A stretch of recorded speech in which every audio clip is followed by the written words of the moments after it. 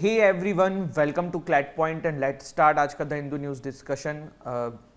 काफ़ी सारी बारिश हो रही है, इस वजह से अभी ऑफिस नहीं गया हूँ मैं, तो आज क्लास घर से ले रहा हूँ, बट सेशन पूरा होगा तो स्टार्ट करते हैं इसे। देखिए, आगे बढ़ेंगे उससे पहले क्लैट 2024 के लिए हमने 4 मंथ का कॉम्प्रेहेंसिव कोर्स लॉन्च कर दिया है। 17,999 इसका कॉस्ट है। इसमें 7 books, live classes, personal mentorship, mock test, सब कुछ आपको मिलने वाला है। अगर क्लैट 2025 की आप तैयारी कर रहे हैं देन 2 ईयर्स की हमारी फीस 32,999 है। क्लैट पॉइंट का अगर आप क्लैट का मॉक्स लेना चाहते हैं देन 2,999 रुपीज़ में आपको 35 प्लस मॉक्स मिलेगा विद पीडीएफ। और अगर आप एनएलसेट का मॉक लेना चाहते हैं देन 4,999 रुपीज़ में आपको 35 प्लस फुल लेंथ मॉक मिलेंगे। एंड अगर आप एनएलसेट का हमारे कोर्स में इनरोल करना चाहते हैं जिसमें क्लासेस, मॉक्स, बुक्स सब कुछ इंक्लूडेड है, तो इट विल कॉस्ट यू 21,999। प्रारंभ बैच का नाम है। डिस्क्रिप्शन से ऐप डाउनलोड करना है आपको और सारी डिटेल आपको वहाँ पे मिल जाएगी डेमो क्लासेस के साथ। अब आज के डिस्कशन शुरू करते हैं। सबसे पहले देखो, एक अभी हरियाणा में नू जगह है, वहाँ पे क्लैश हुआ है, तो उसकी ये न्यूज़ है। बहुत ही दुर्भाग्यपूर्ण घटना है। Imam killed in mosque attack, Haryana death toll rises to 5। तो वैसे ये देखो एग्जाम के पर्सपेक्टिव से नहीं है, लेकिन हमारे देश दुनिया में क्या हो रहा है आपको पता होना चाहिए। एक बहुत दुर्भाग्यपूर्ण घटना है। जब भी कम्युनल क्लैशेस होते हैं ना, उससे खतरनाक और उससे खराब कोई चीज़ नहीं होती, क्योंकि जहाँ पे ये होते हैं ना वहाँ के लोगों को बहुत दिक्कतों का सामना करना पड़ता है। तो अभी ये आपके हरियाणा में हुआ है, नूह डिस्ट्रिक्ट के आसपास। तो ये न्यूज़ है एंड आई होप ऐसे आपने अब तक इसको देख ही लिया होगा कहीं ना कहीं। इसके बाद सुप्रीम कोर्ट ने मणिपुर की जो इतनी सारी एफआईआर है उनको देख के फटकार लगाई है स्टेट गवर्नमेंट को। साथ ही साथ वहाँ के डीजीपी को जो है वो समय दिया है 7 तारीख का, आई थिंक, कि आप कोर्ट में आइए और बताइए कि क्या सीन रहा, ये क्यों ऐसी हालत रही है। बहुत जगहों पे देखने को मिला है कि एफआईआर लेट फाइल हुई हैं या फिर पूरी डिटेल्स नहीं है, तो उन सब चीज़ों के लिए भी यहाँ पे डांट लगाने की कोशिश करेंगे 7 तारीख को। लेट्स सी क्या होता है।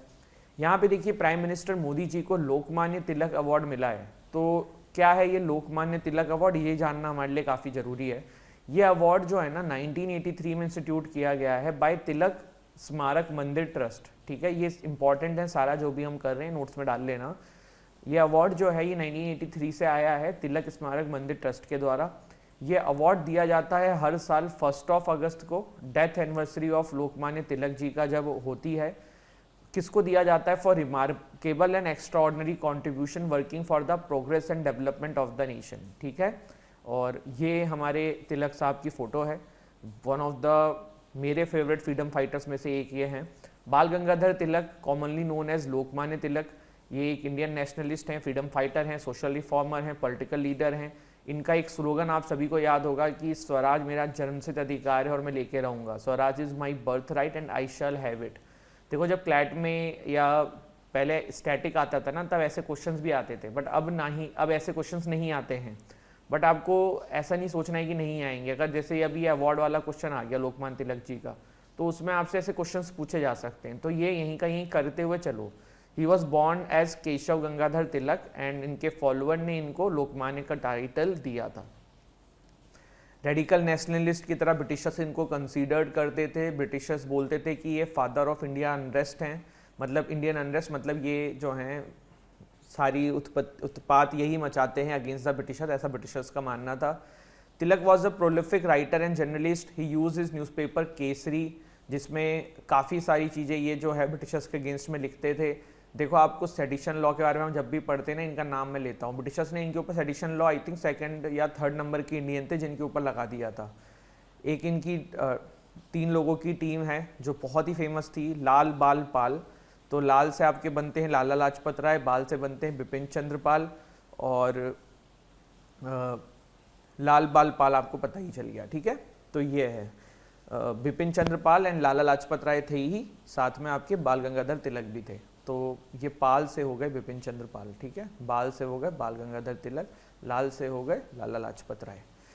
इसके बाद 1916 में इन्होंने लखनऊ पैक्ट किया था मोहम्मद अली जिन्ना के साथ, जिससे हिंदू मुस्लिम यूनिटी को एक मतलब हिंदू मुस्लिम यूनिटी आ गई थी और हिंदू एंड मुस्लिम्स मिलके जो हैं फिर अगेंस्ट द ब्रिटिशर्स आवाज़ उठा रहे थे। तो वो एक बहुत बड़ा रोल इन्होंने अदा किया था। इसके बाद देखो, अभी खालिस्तान की न्यूज़ आ रही है। कनाडा में तो हो ही रहा था, अब ब्रिटिश कोलंबिया में भी इस तरीके की चीज़ें देखने को मिली हैं, जहाँ पे खालिस्तान विचारधाराओं के लोग जो हैं वो इकट्ठा हुए हैं और अगेंस्ट द इंडिया जो हैं वो नारेबाजी कर रहे हैं। तो क्या है खालिस्तान, पूरा समझने की कोशिश करते हैं। और एक नाम भी इससे रिलेटेड बहुत न्यूज़ में था, अमृतपाल सिंह, जिनको भिंडर वाले 2.0 भी बोलते थे, वो क्या थे। तो ये सारी चीज़ें अब हम देखने की कोशिश करते हैं। खालिस्तान मूवमेंट बहुत ज़्यादा न्यूज़ में आ गया है क्योंकि अमृतपाल सिंह के वजह से काफ़ी ज़्यादा ये चीज़ें न्यूज़ में हैं। कौन है अमृतपाल सिंह, क्या हुआ था अजनाला पुलिस स्टेशन में, क्या घटना घटी थी जिसके बाद ये पूरा का पूरा चीज़ें न्यूज़ में आई।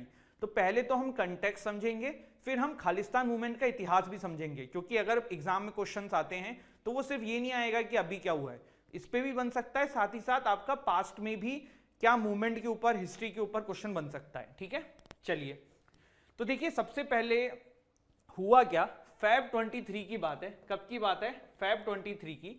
100 of followers of Amritpal Singh, जो कि एक radical preacher and pro Khalistan leader हैं, इन्होंने वायलेंटली कह सकते हो क्लैश किया अजनाला पुलिस स्टेशन के बाहर। काफी सारे लोग इकट्ठा हो गए और इन्होंने डिमांड करी, क्या इनके एक फॉलोअर या फिर आप इनके फ्रेंड कह सकते हो, इनको पुलिस स्टेशन के अंदर बंद करके रखा हुआ था, तो वो कहा गया कि इनको रिहा करो। फिर बाद में क्या हुआ कि पुलिस ने जो है ना कोर्ट से उनकी रिहाई की फरमान मांगते हुए उस पर्टिकुलर इंसान को रिहा भी कर दिया। इसके अलावा आपने अमृतपाल सिंह जी के भी काफी सारे इंटरव्यूज भी देखे होंगे जिसमें काफी ज्यादा ये प्रो खालिस्तानी बातें करते हैं। कौन है अमृतपाल सिंह जी, क्या है ये पूरी कहानी, इस पे हम आएंगे, लेकिन पहले थोड़ा सा खालिस्तान मूवमेंट का जो इतिहास रहा है वो जानने की कोशिश करते हैं। देखिए खालिस्तान मूवमेंट कहां से ये चीज आती है, क्या है ये पूरी बात। देखो जब जिन्ना थे ना तो उनका ये कहना था कि भाई 2 कंट्रीज होनी चाहिए, हिंदुओं के लिए इंडिया और मुस्लिम्स के लिए पाकिस्तान, यही था ना। लेकिन हमारी जो देश की कांग्रेस थी उन्होंने ऐसा कहा कि ऐसा नहीं है, भारत जो है ना वो सिर्फ एक रिलीजन का देश नहीं है, यहाँ पे बहुत सारे रिलीजन रहते हैं, सिखों का भी है, मुस्लिम्स का भी है, और हम इसको सिर्फ और सिर्फ एक रिलीजन का नहीं बनाएंगे। लेकिन जिन्ना ने पाकिस्तान को एज इस्लामिक कंट्री की तरह आगे लेके गए। उसके बाद क्या हुआ, देखो उसके बाद ये हुआ कि जब खालिस्तान मूवमेंट हुआ, जब ये दोनों देश का पार्टीशन हुआ, तो आपने देखा कि पंजाब जो है ना उसके 2 भाग हो गए, एक पाकिस्तान में चला गया, एक इंडिया में आ गया। इससे सिर्फ यही चीज नहीं हुई, जैसे कि आपने देखा डेरा बाबा गुरु नानक जी का जो गुरुद्वारा साहिब जो है, ठीक है, हमने ये देखा कि वो Pakistan I am extremely sorry. हाँ, तो हमने यहाँ पे देखा कि करतारपुर कॉरिडोर के बारे में हमने पढ़ा था, वो कहाँ चला गया, वो पाकिस्तान साइड में चला गया। ऐसे ही बहुत सारी रिलीजियस इंपॉर्टेंट चीजें सिख कम्युनिटी की पाकिस्तान साइड में चली गई, काफी सारे इनके रिलेटिव्स पाकिस्तान साइड में चले गए। तो उस समय एक फ्रैक्शन जो था सिख कम्युनिटी का, उनका ये डिमांड हुआ कि भाई एक नया देश बनाओ, खालिस्तान। देखो सबसे बड़ी चीज क्या हुई थी कि जब आधा पंजाब जब पाकिस्तान में गया तो वहां पे जितने भी हिंदू या सिख थे मोस्टली वो इंडिया में आ गए, और जो इंडिया वाले साइड के पंजाब में जो मुस्लिम्स थे वो पाकिस्तान चले गए। तो ये सभी का उस फ्रैक्शन में से एक पर्टिकुलर फ्रैक्शन था जो डिमांड करता था कि खालिस्तान बनना चाहिए। अब थोड़ा सा इसको अगर हम फैक्ट बेसिस पे देखें कि क्या है कहानी, क्या है सिचुएशन, तो फिर अब आगे बढ़ते हैं। देखो 1955 तक एक डिमांड हो रही थी कि एक लिंग्विस्टिक बेसिस पे अलग राज्य बना दिया जाए और उसमें जो है पूरा का पूरा जो सिख कम्युनिटी है उनको एक अलग प्रॉपर स्टेट का दर्जा मिल जाए। लेकिन 1955 में जब स्टेट रीऑर्गेनाइजेशन एक्ट आया तब लिंग्विस्टिक बेसिस पे हमारे यहाँ पे नए राज्य बनाने को मना कर दिया गया। 1966 में 2 डिवीजन होता है, पंजाब एंड हरियाणा, जिनकी कैपिटल चंडीगढ़ कॉमन कर दी जाती है। इस पे भी बहुत डिस्प्यूट होता है कि चंडीगढ़ जो है पंजाब कहता है, हरियाणा कहता है नहीं हमारी है, बाद में एक हिमाचल प्रदेश भी बनता है आपका। अब उस समय ना देखिए पंजाब में ना अकाली दल करके एक पॉलिटिकल पार्टी थी जो काफी ज्यादा पॉपुलर थी वहां के लोगों के बीच में। ये लोग डायरेक्टली खालिस्तान का डिमांड नहीं करते थे, बट हाँ ये सिख कम्युनिटी के लिए अलग अलग टाइम पे आवाज उठाते थे। फिर देखिए क्या हुआ, फिर हुआ ये कि थोड़ा सा और जान लेते हैं पहले, फिर आएंगे आगे। तो देखिए लाहौर जो कैपिटल ऑफ महाराजा रंजीत सिंह जी की थी, जो कि ग्रेट सिख एम्पायर था, वो पाकिस्तान में चला गया था। इसी तरीके से नानक साहिब जो था, birth place of Guru Nanak, वो भी पाकिस्तान साइड में चला गया था। तो इस तरीके से बहुत सारी चीजें थी जो मैंने आपको पहले ही बता दी है, वही यहाँ पे स्लाइड में लिखी हुई है कि भाई पाकिस्तान में चली गई थी, इसीलिए सिख कम्युनिटी जो है एक अलग स्टेट का डिमांड कर रही थी। फिर देखिए हुआ क्या, जो मैंने आपको बताया कि अकाली दल करके एक पॉलिटिकल पार्टी थी उस समय जो पंजाब में काफ़ी ज़्यादा पॉपुलर थी, सिख कम्युनिटी के बीच में काफ़ी ज़्यादा पॉपुलर थी। तो इन लोगों की एक मीट होती है जिसको आनंदपुर साहिब में मीट होती है, जिसको आनंदपुर साहिब रिजोल्यूशन के नाम से जाना जाता है। इसमें ये लोग डिमांड ये रखते हैं कि चंडीगढ़ इनको मिल जाए, दूसरा कि जम्मू एंड कश्मीर टाइप का सिचुएशन पंजाब में कर दिया जाए, मतलब फॉरेन अफेयर्स जो सरकार है, सेंट्रल गवर्नमेंट है, वो देखे, बाकी स्टेट को ऑटोनॉमी दे दी जाए, वो अपनी चीजें ले सके, अपने फैसले ले सके, और इस तरीके की बहुत सारी डिमांड आई थी। अब खालिस्तान की कोई डायरेक्ट यहाँ पे डिमांड नहीं थी, बट हाँ थोड़ा बहुत आप ये कह सकते हो कि ऑटोनॉमी की बात करी गई थी। जैसा उस समय जम्मू कश्मीर में चल रहा था वैसा ही पंजाब में चलाने की डिमांड मांगी जा रही थी। तो यहाँ पे आप ये कह सकते हो कि हाँ भाई डायरेक्टली कोई डिमांड नहीं थी खालिस्तान की यहाँ तक। लेकिन फिर देखो क्या हुआ 1978 के अंदर। पहले तो देखो ये निरंकारी सेक्ट क्या होता है सिख कम्युनिटी के अंदर। एक ना फ्रैक्शन है सिख कम्युनिटी के अंदर जिसको निरंकारी सेक्ट के नाम से जानते हैं। ये क्या होता है, ये लोग ना अभी भी गुरुओं को मानते हैं, लेकिन आपको पता है कि अब सिख कम्युनिटी के अंदर जो 10th गुरु थे उसके बाद गुरु ग्रंथ साहिब जी को फाइनल गुरु का दर्जा देते हुए आगे फॉलोअर्स, आगे गुरु का सिस्टम जो है खत्म हो गया था। लेकिन ये लोग अभी भी गुरुओं को मानते हैं, तो इसको ना सिख कम्युनिटी में कुछ लोग बहुत क्रिटिसाइज करते हैं। अब हुआ क्या, यहां पे एंट्री होती है जर्नैल सिंह भिंडरवाला जी की। ये जो है ना वो इस कम्युनिटी के अगेंस्ट में काफी कुछ बोल देते हैं। 1978 में एक मीट हो रही होती है निरंकारी सेक्ट की, वहां पे काफी भड़काऊ भाषण दे देते हैं, और उसके बाद ना दोनों फ्रैक्शंस के बीच में एक बहुत मैसिव लेवल पे वायलेंस क्रिएट हो जाता है। अब यहां से ना भिंडरवाला जी की शुरुआत होती है। पहले देखो जब भिंडरवाला जी नए नए सामने आए थे तो ये डायरेक्टली खालिस्तान की डिमांड नहीं करते थे, लेकिन हाँ इनडायरेक्टली काफी बार जैसे इनसे पूछा जाता था कि कुछ इस तरीके की बातें, तो उसमें इनडायरेक्टली ये रेफर करते थे कि हाँ भाई ऐसा कुछ होना चाहिए। तो इनके जो एक्शन थे वो इनडायरेक्टली खालिस्तान को सपोर्ट करते थे, बट डायरेक्टली इन्होंने कभी नहीं मांगा।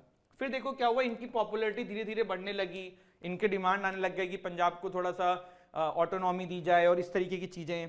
साइड में जो प्रो खालिस्तान विचारधारा थी वो भी इनकी दिखने लगी। तो फिर धीरे धीरे पंजाब के अंदर ना वायलेंस बहुत ज्यादा बढ़ गया। एक लाला जगत राय करके जर्नलिस्ट थे जो इनको काफी क्रिटिसाइज करते थे, उनका मर्डर हो गया।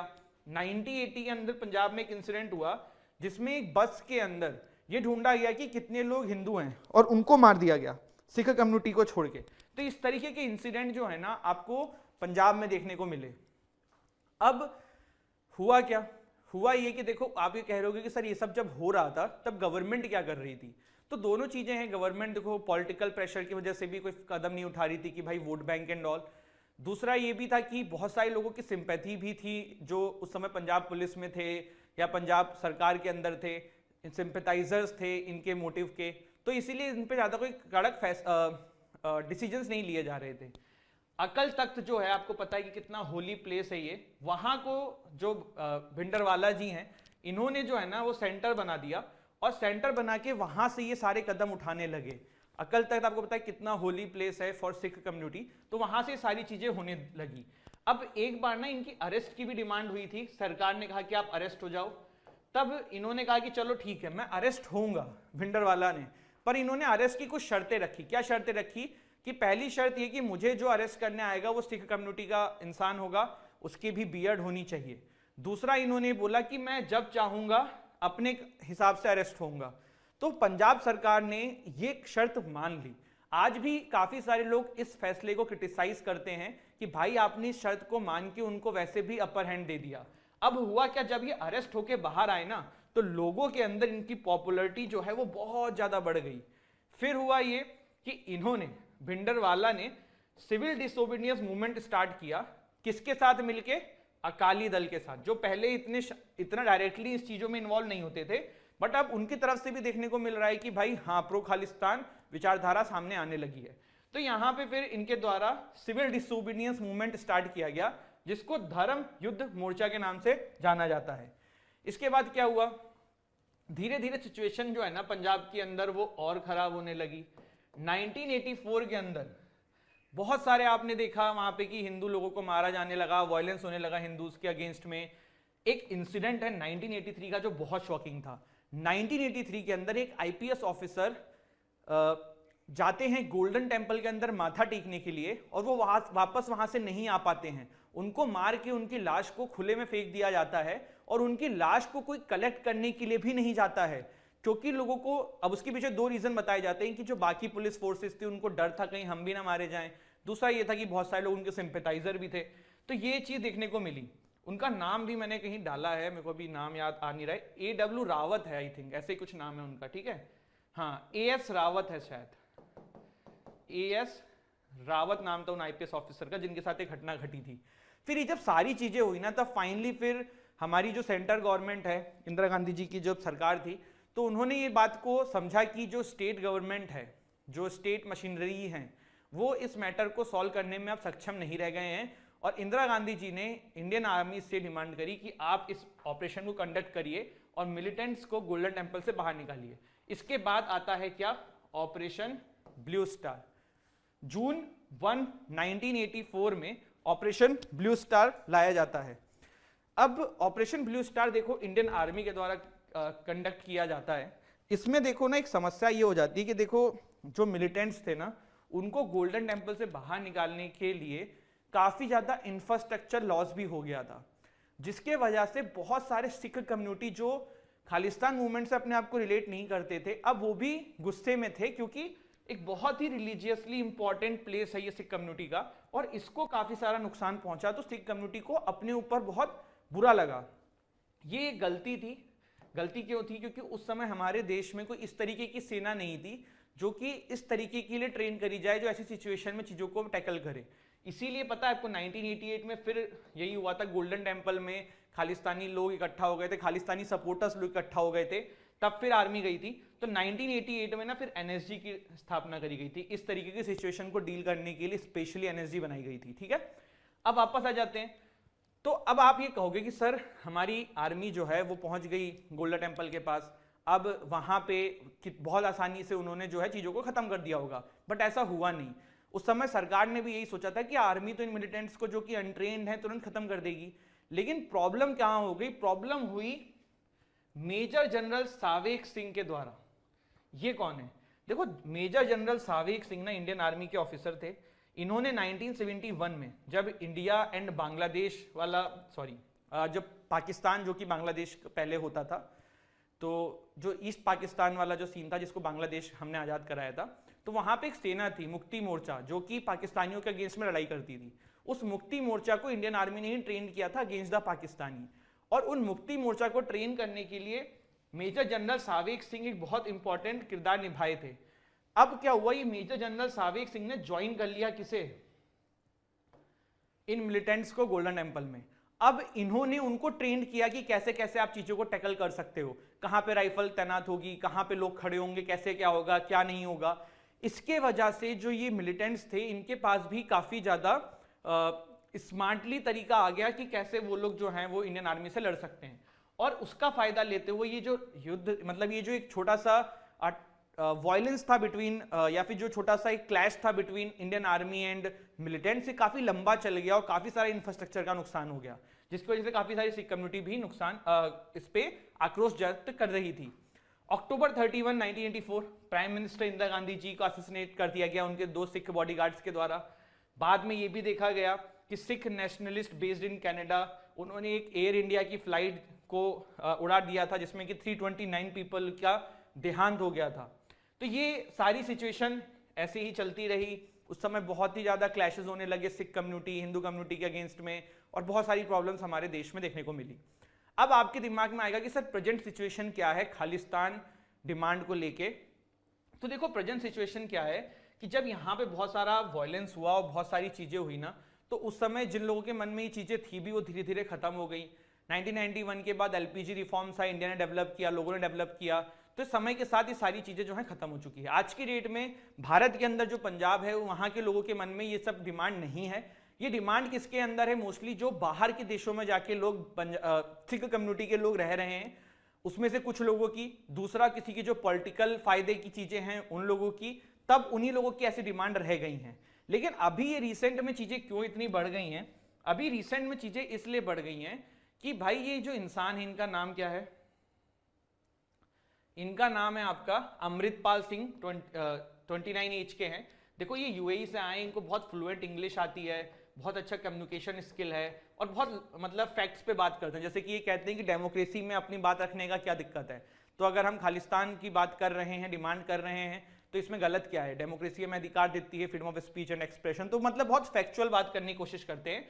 तो इनको ना लोग भिंडरवाला 2.0 के नाम से जान रहे हैं और इनकी फॉलोअर्स जो है ना धीरे धीरे काफी ज्यादा बढ़ रहे हैं। तो इसी वजह से अभी क्या हुआ, अभी काफी सारे लोग पंजाब सरकार को क्रिटिसाइज कर रहे हैं कि जिस तरीके से आपकी पुलिस ने घुटने टेक दिए इनके सामने, ये तो वही इंसिडेंट हो गया जब भिंडरवाला के सामने उस समय की सरकार ने घुटने टेक दिए थे और फिर उसके बाद क्या हुआ था सबने देखा था। तो इस तरीके का जो कदम है पुलिस के द्वारा कि भाई हथियार मतलब घुटने टेकते हुए उस बंदे को फाइनली रिहाई करवा दिया गया, ये कितना सही है कितना गलत है, यही क्रिटिसिज्म अभी काफी ज्यादा हमारे देश में अलग अलग फैक्शंस में अलग अलग बातों के साथ चल रहा है। तो ये पूरा ये मसला था एंड आई होप आपको ये चीज जो है क्लियर हो गई हो कि क्या है मामला, कैसे चीजें हुई हैं, क्यों हुई हैं।